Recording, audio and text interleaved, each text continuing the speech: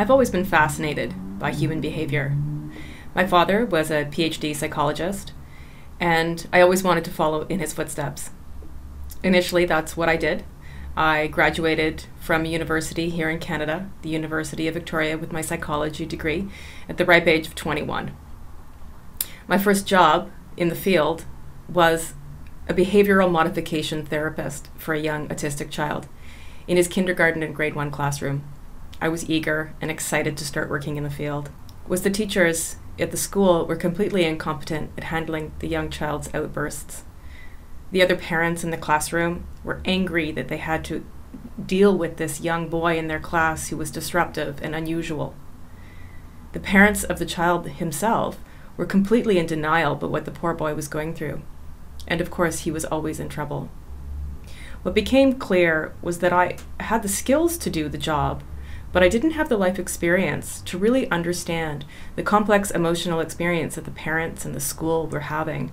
And fundamentally, they were all my clients. After a year and a half of struggling and not feeling like I was helping this child, the school, or the parents at all, I resigned. And I was quite disheartened. In fact, I think I was probably clinically depressed. And I thought at that time that maybe psychology was not, in fact, for me. Maybe a counselor, a coach, wasn't my future. And so I did what many kids do in their early 20s when they don't know what to do with their lives. I packed my bags and I went traveling. I moved to Asia, I moved to Taiwan, and I got a job teaching English. And I stayed there for about 2 years, traveling the country and gaining life experience. And when I got home 2 years later, I sort of fell into this business career. And quite quickly, things started to progress well. I would get another promotion, I would get a new job, I would get a better salary. And for about the next 7 years, I thought that business was actually going to be my life's work, and that psychology was just the route that I took to get in. Except that an unusual thing started to happen when I was in my early 30s. About every 2 to 3 years, I would experience this deep depression, this sense of not being able to get out of bed in the morning, not being able to fathom going back to the workplace that I was in. And about every 2 years, like the universe so often does, when you want something, it gives it to you one way or another, I would lose that job. Whether the startup I was with would go under, or I would find a new job somewhere else, the grass seemed greener on the other side of the fence, I would end up in a period of unemployment for a short time. And each time this happened, when I was unemployed, I would ask myself, is this the time I go back to psychology?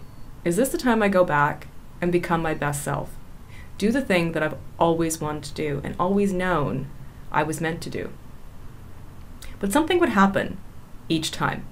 Fear would rise up. And I would have all of these beliefs that would come into my head that would convince me it wasn't what I wanted. I would think, I'm too old to start a new career at this point. I'm not going to be able to pay my mortgage. I'm not good enough. What if I fail at the one thing I always wanted to do most? And so I would take another job and I would go back into the workforce. And it would happen again. The pattern happened 4 times, and it wasn't until the last time, the 5th time that it happened, that I realized the pattern was actually an opportunity.